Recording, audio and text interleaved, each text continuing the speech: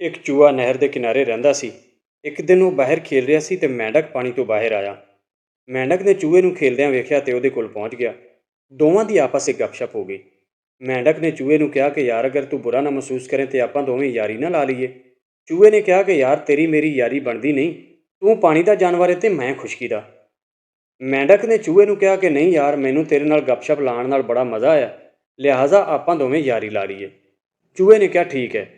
ਅੱਛਾ, ਥੋੜ੍ਹੀ ਦੇਰ ਬਾਅਦ ਜਦੋਂ ਦੋਵੇਂ ਅਲੱਗਾ ਹੋਣ ਲੱਗੇ ਤੇ ਉਹ ਮੈਂਢਕ ਨੇ ਕਿਹਾ ਕਿ ਯਾਰ ਅਗਰ ਅਸਾਂ ਦੁਬਾਰਾ ਮਿਲਣਾ ਹੋਵੇ, ਜੇ ਮੇਰਾ ਦਿਲ ਕਰੇ ਤੈਨੂੰ ਮਿਲਣ ਨੂੰ ਤੇ ਕੀ ਕਰਾਂਗਾ, ਉਸ ਟਾਈਮ ਹੋ ਸਕਦਾ ਤੂੰ ਨਾ ਹੋਵੇਂ, ਜਾਂ ਤੇਰਾ ਦਿਲ ਕਰੇ ਮੈਨੂੰ ਮਿਲਣ ਨੂੰ ਤੇ ਹੋ ਸਕਦਾ ਉਸ ਟਾਈਮ ਮੈਂ ਨਾ ਬਾਹਰ ਹੋਵਾਂ। ਚੂਹੇ ਨੇ ਕਿਹਾ ਕਿ ਯਾਰ ਤੂੰ ਇੱਥੇ ਹੀ ਠਹਿਰ, ਮੈਂ ਆ ਰਿਹਾ। 2 ਮਿੰਟ ਬਾਅਦ ਚੂਹਾ ਧਾਗਾ ਲੈ ਕੇ ਹਾਜ਼ਰ ਹੋ ਗਿਆ। ਇੱਕ ਸਾਈਡ ਤੋਂ ਉਹਨੇ ਆਪਣੀ ਲੱਤ ਬੰਨ੍ਹਤੀ, ਦੂਸਰੀ ਸਾਈਡ ਤੋਂ ਮੈਂਢਕ ਦੀ। ਅੱਛਾ, ਕੁਝ ਦਿਨ ਤਾਂ ਇਹਨਾਂ ਦੀ ਆਪਸ ਵਿੱਚ ਮੇਲ ਮੁਲਾਕਾਤਾਂ ਚੱਲਦੀਆਂ ਰਹੀਆਂ।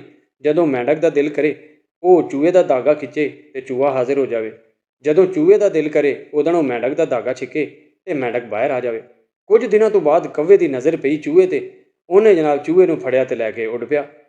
ਉਹ ਜਨਾਬ ਨਾਲ ਹੀ ਮੈਂਢਕ ਹੋਰੀ ਵੀ। ਉਹ ਇੱਕ ਬੰਦੇ ਨੇ ਕਿਹਾ ਕਿ ਭਾਈ ਤੂੰ ਕਿੱਧਰ? ਉਹ ਮੈਂਢਕ ਨੇ ਕਿਹਾ ਕਿ ਯਾਰ ਮੈਂ ਤਾਂ ਨਾ ਕਰਦਾ ਗੁਨਾਹਾਂ ਦੀ ਸਜ਼ਾ ਭੋਗ ਰਿਹਾ। ਇਸ ਤਰ੍ਹਾਂ ਮੇਰੀ ਯਾਰੀ ਲੱਗੀ ਸੀ ਚੂਹੇ ਨਾਲ ਤੇ ਚੂਹੇ ਨੂੰ ਕਾਂ ਲੈ ਕੇ ਜਾ ਰਿਹਾ ਤੇ ਮੈਂ ਐਵੇਂ ਹੀ ਨਾਲ ਫਸ ਗਿਆ। ਉਹ ਬੰਦੇ ਨੇ ਕਿਹਾ ਕਿ ਪੁੱਤਰ, ਸਿਆਣੇ ਜਿਵੇਂ ਕਹਿੰਦੇ ਨੇ ਕਿ ਊਠਾਂ ਨਾਲ ਯਾਰੀ ਲਾਈ ਹੋਵੇ ਤੇ ਦਰਵਾਜ਼ੇ ਉੱਚੇ ਰੱਖਣੇ ਪੈਂਦੇ ਨੇ। ਹੁਣ ਭੋਗ ਆਪਣੀ।